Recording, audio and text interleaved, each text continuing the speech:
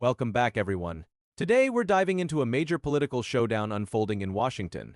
Senate Republicans are racing against the clock to pass President Donald Trump's massive tax and spend bill, dubbed the Big Beautiful Bill, before his self-imposed July 4th deadline, but with internal divisions, Democratic opposition, and a tight timeline.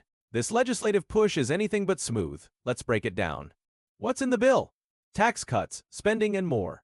On Saturday, June 28, 2025, the Republican-controlled Senate took a critical step forward, voting 51-49 to begin debate on a sprawling 9-page bill that encapsulates President Trump's top domestic priorities. This legislation aims to make permanent many of the tax cuts from Trump's first term in 2017, which are set to expire at the end of this year. If Congress doesn't act, Americans could face a significant tax increase in 2026. The bill also introduces new tax breaks, like eliminating taxes on tips for service workers and overtime pay, while committing $350 billion to national security, including funding for Trump's ambitious mass deportation agenda. It also boosts military spending by $150 billion this year alone, but here's where it gets contentious. To offset the estimated $3.8 trillion in tax breaks, Republicans are proposing deep cuts to programs like Medicaid and food stamps, sparking fierce debate within their own ranks and beyond. Trump's push for the Big Beautiful Bill.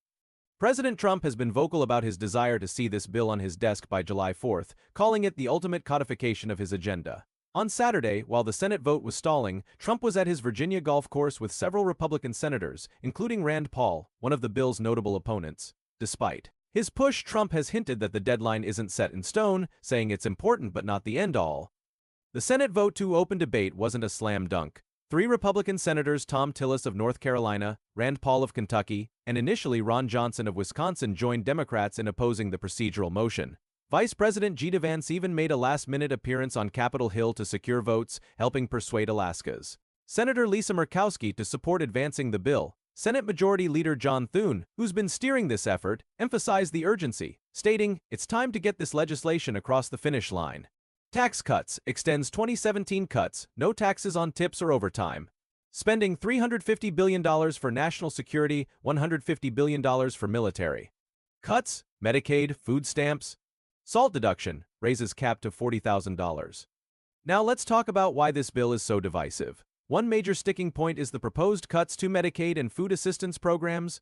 The nonpartisan Congressional Budget Office estimated that the House version of the bill could leave 10.9 million people without health care and 3 million fewer with food aid. The Senate draft reportedly proposes even steeper cuts, though a full analysis is still pending. Some Republicans, like Tom Tillis, argue these cuts could harm rural hospitals and vulnerable communities, while fiscal conservatives like Rand Paul are pushing back against the bill's $5 trillion debt ceiling increase, calling it unsustainable. To address concerns, the latest draft includes a $25 billion fund to support rural hospitals, but some, like Senator Susan Collins of Maine, wanted a larger $100 billion fund.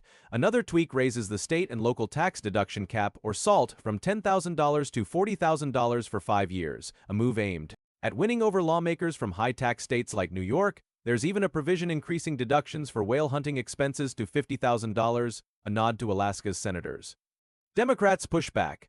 Democrats are united in their opposition. Senate Minority Leader Chuck Schumer has accused Republicans of rushing the bill through, dropping it in the dead of night to avoid public scrutiny. He's vowed to force the entire 9-page bill to be read aloud on the Senate floor, a tactic that could delay proceedings, Schumer argues. The bill's cuts to food funding and clean energy initiatives could lead to over 2 million job losses and disproportionately harm low-income Americans. Interestingly, one of Trump's high-profile supporters, Elon Musk, has also come out swinging against the bill. On X, Musk called the Senate draft utterly insane and destructive, claiming it would destroy millions of jobs by raising taxes on renewable energy projects while favoring industries of the past. This unexpected criticism from a key Trump ally has added another layer of complexity to the debate. What's next for the bill? So, where does this leave us?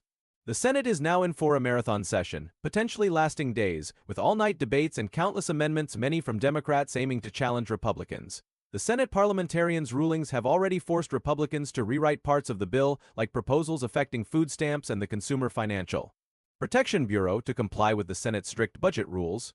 If the Senate passes the bill, it'll head back to the House for final approval, where Speaker Mike Johnson is working to unify his party. But with some House Republicans, like David Vallado of California, already voicing concerns over Medicaid cuts, it's not a done deal. The clock is ticking toward that July 4th deadline, and the outcome remains uncertain. Will Congress meet Trump's deadline? Stay tuned. This bill is a high-stakes gamble for Republicans, balancing tax breaks with controversial cuts, all under intense pressure from President Trump. Will they pull it off by July 4th, or will internal divisions and Democratic resistance derail the effort? Let us know your thoughts in the comments below, and don't forget to like and subscribe for the latest updates on this developing story. We'll keep you posted as the Senate's drama unfolds. Thanks for watching.